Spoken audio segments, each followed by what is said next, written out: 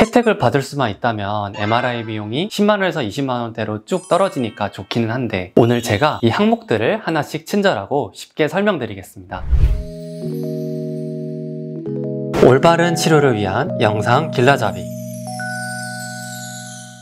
안녕하세요, 닥터네비입니다. 여러분, 오늘은 척추 MRI를 저렴하게 찍을 수 있는 방법을 알려드리려고 해요. 사실 이전 영상에서도 잠깐 말씀드린 적이 있는데, 나라에서 일부 경우에 비용을 지원해주는 제도가 있어요. 바로 급여제도입니다. 원래 척추 MRI 급여제도는 예전부터 있었던 정책이지만 급성골절과 같은 외상성 질환이라던가 중증 척추 질환에서만 인정이 되어 왔어요. 혜택을 받을 수만 있다면 MRI 비용이 10만원에서 20만원대로 쭉 떨어지니까 좋기는 한데, 기준을 만족해서 혜택을 받을 수 있는 분들이 너무 한정적이라는 문제가 있었어요. 그런데 2022년도부터는 이 적용 범위가 퇴행성 질환까지 확대가 되었습니다. 퇴행성 질환이라 함은 디스크와 협착증도 포함이 되는 건데요. 하지만 모든 디스크와 협착증에서 혜택을 받으실 수 있는 건 아니에요. 지원할 수 있는 비용이 한정적이기 때문에 나라에서 일부 기준을 정해놓고 이 기준을 만족하는 경우만 비용 혜택을 드리고 있습니다. 그런데 이 조건이 생각보다 많이 까다로워요. 오늘 제가 이 항목들을 하나씩 친절하고 쉽게 설명드리겠습니다. 지금 바로 시작합니다. 우선 첫 번째는 진단을 위해서 CT와 같은 다른 검사가 어려울 경우입니다. 예를 들어 임산부가 통증이 있어서 검사를 꼭 해야 하는 경우가 있어요. 실제로 임신을 하면 배가 앞으로 나오면서 허리에 부담이 많이 가고 디스크가 뒤로 밀리면서 병이 생길 수가 있거든요. 그런데 방사선 때문에 CT는 촬영이 어렵잖아요. 이런 경우에는 MRI 촬영이 꼭 필요하니까 비용을 지원해주고 있습니다. 두 번째는 척추 탈구나 변형이 있는 경우입니다. 척추 변형은 척추측만증을 얘기하는데요. 지금 보시는 분들 중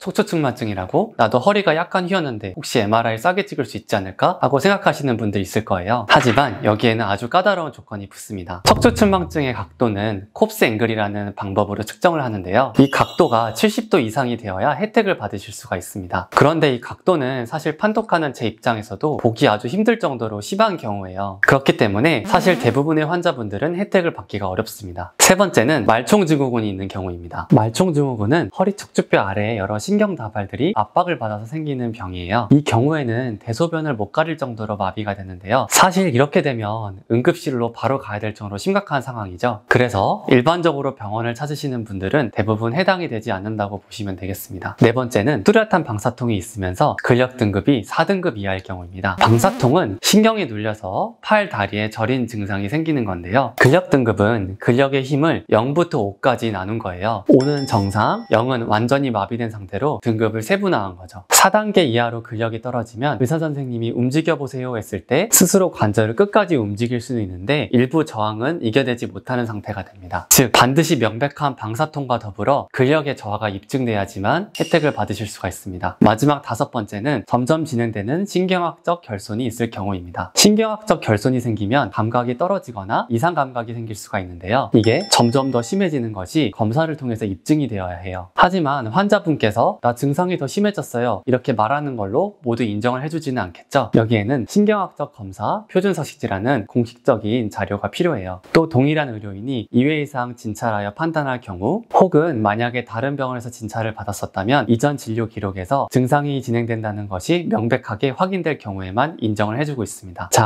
이렇게 오늘 척추 MRI에서 급여 혜택을 받을 수 있는 경우 5가지에 대해서 알아보았는데요. 여기서 중요한 게 있어요. 사실 보험 여부에 대한 최종적인 승인은 건강보험심사평가원에서 이루어지고 있어요. 여기서 의사 선생님들의 판단이 정확한지 또 기준에 잘 부합하는지 평가가 이루어지고 있습니다. 그렇기 때문에 의사 선생님들이 아무리 급여 혜택을 드리고 싶어도 임의대로 도와드리는 것은 매우 어려운 일입니다. 그리고 또 하나 중요한 것이 있는데요. 모든 기준을 만족해서 최종 승인을 받더라도 퇴행성 질환에서의 급여 혜택은 최초 진단 시 1회 안에서만 인정이 된다는 점 꼭 기억해 주셨으면 좋겠습니다. 디스크와 협착증, 정말 이 병으로 많은 분들이 고생하시잖아요. 진료 후에 MRI 검사가 꼭 필요한 상황인데도 비용 때문에 검사를 받지 못하시면 안 되겠죠. 정확한 진단이 이루어져야 나에게 꼭 맞는 치료를 받을 수 있으니까요. 기준이 정말 까다롭긴 하지만 혹시라도 나에게 해당되는 항목이 있다면 정말 저렴하게 MRI를 촬영할 수 있으니까요. 검사를 미루지 마시고 꼭 받으셨으면 좋겠습니다. 오늘도 시청해 주셔서 감사합니다.